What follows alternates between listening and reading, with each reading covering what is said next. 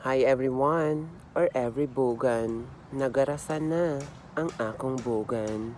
So today is my 10th day here in Siargao. So ikapulo na nako nga adlaw. And unfortunately, gahapon, na disgrasya gyud ang akong bugan o akong bilahan. And ayan, as you can see, ayan, may bandage sa akong dalunggan. And then din sa akong bukton.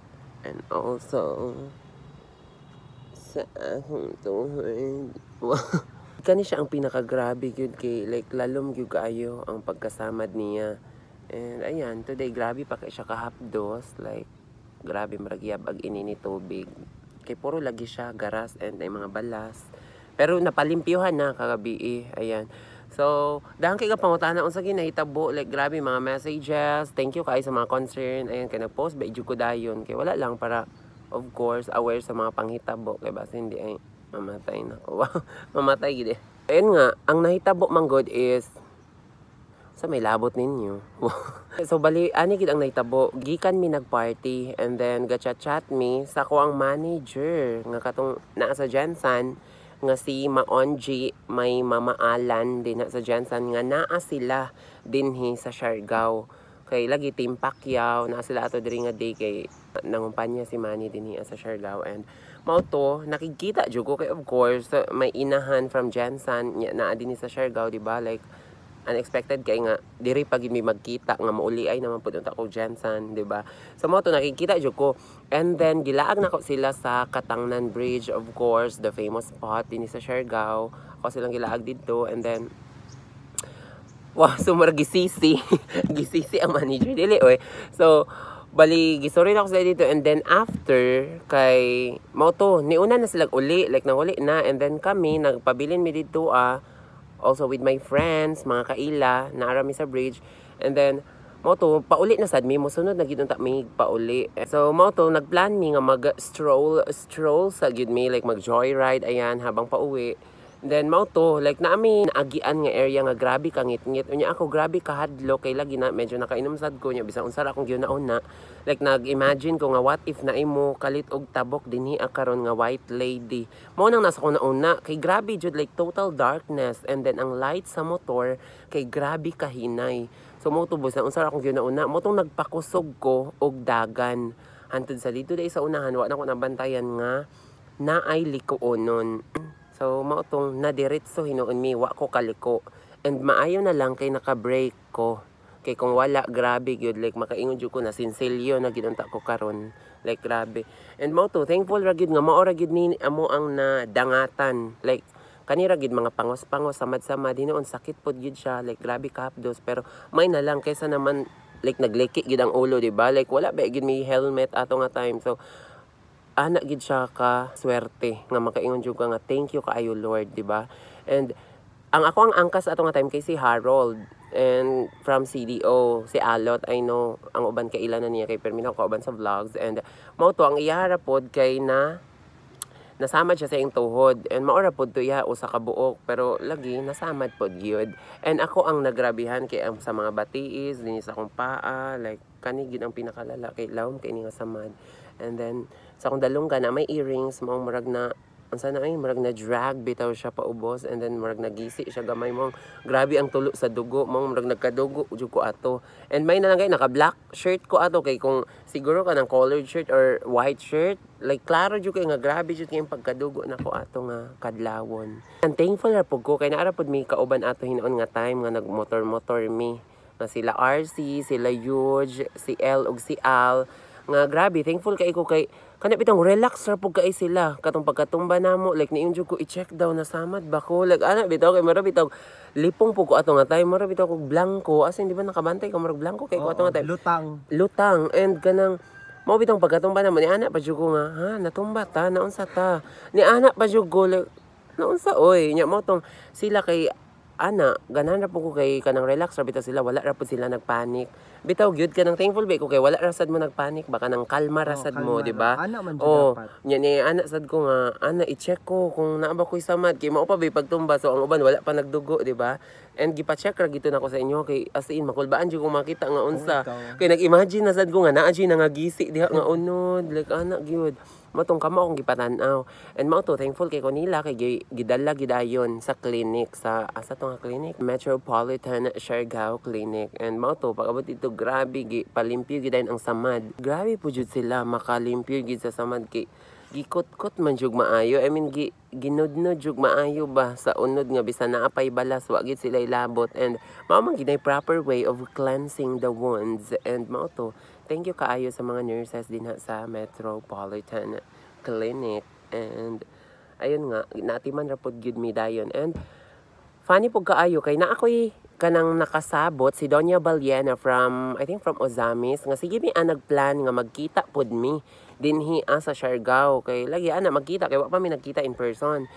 And the funny thing is sa clinic na mi nagkita ato nga time kay siya pod na disgrasya. And iyaha ang mas worse kay nabanggaan siya sakyanan pero swerte po daw siya sa part nga nakalokso siya maong ang iyang tiil ang naipit. And I think nagpa-x-ray man ata siya ato mao lagi to kay if wala po daw siya kalokso as in like feeling nako na nabanggaan jud siya like a total bangga gyud pod.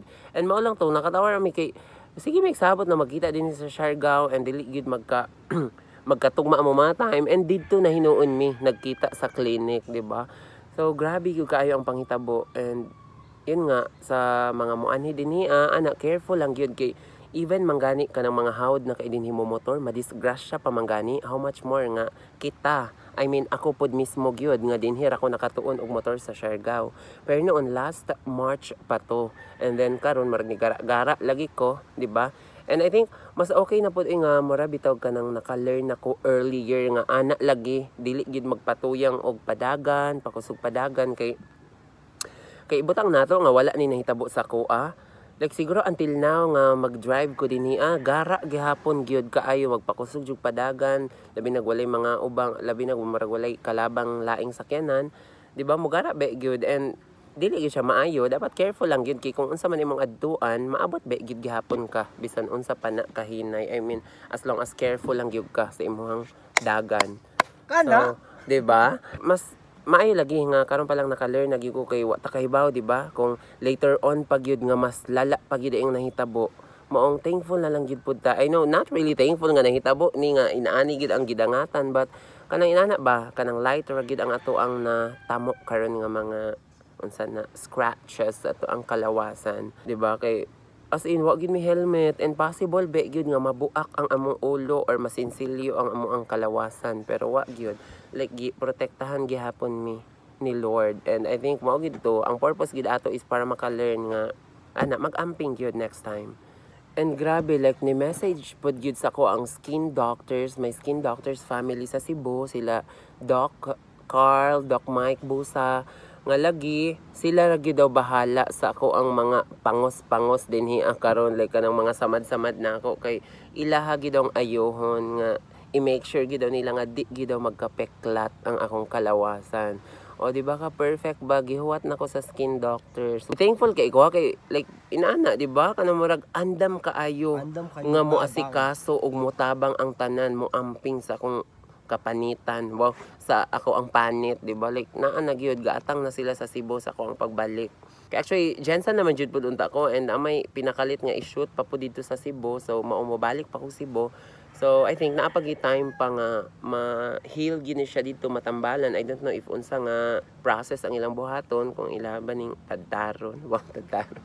I think i-laser or something. So, mo to thank you so much to my skin doctors family. Kay grabe, naaragi na sila there anytime for my skin. So, thankful rapog ko sa Contrast Islas family. Labi na nila Sir Keith and Ma'am Marie nga. Grabe gyud.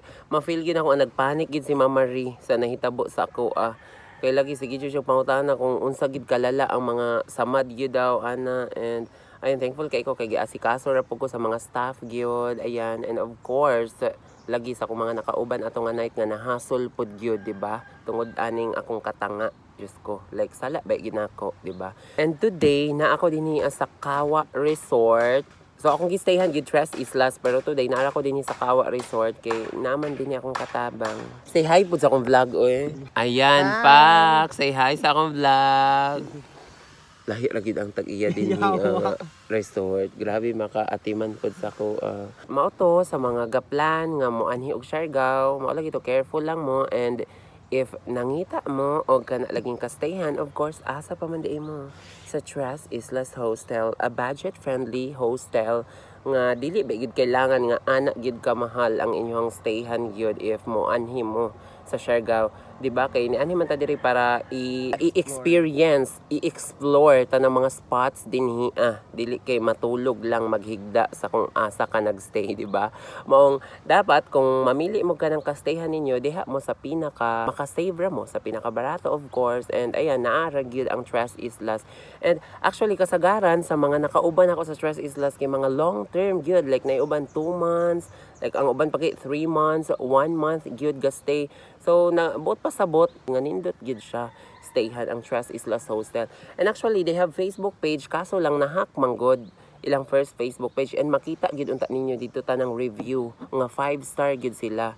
Kay lagi grabe gyud ang service gyud sa ilahang hostel. And if mag-book mo, iingon lang ninyo nga nakita ninyo sa akong vlog. Iingon ninyo nga ako gid mismo nag-push sa inyo nga sa Tres mo mag-book kay para maka-avail mo og perfect nga pa-discount. Well, og bonggang pa-discount, di ba? And ayun lang. So, thank you so much for watching. Again, this is Randolph Vibes. Ka-perfect ba? Kahamis ba? And see you sa next nga vlog.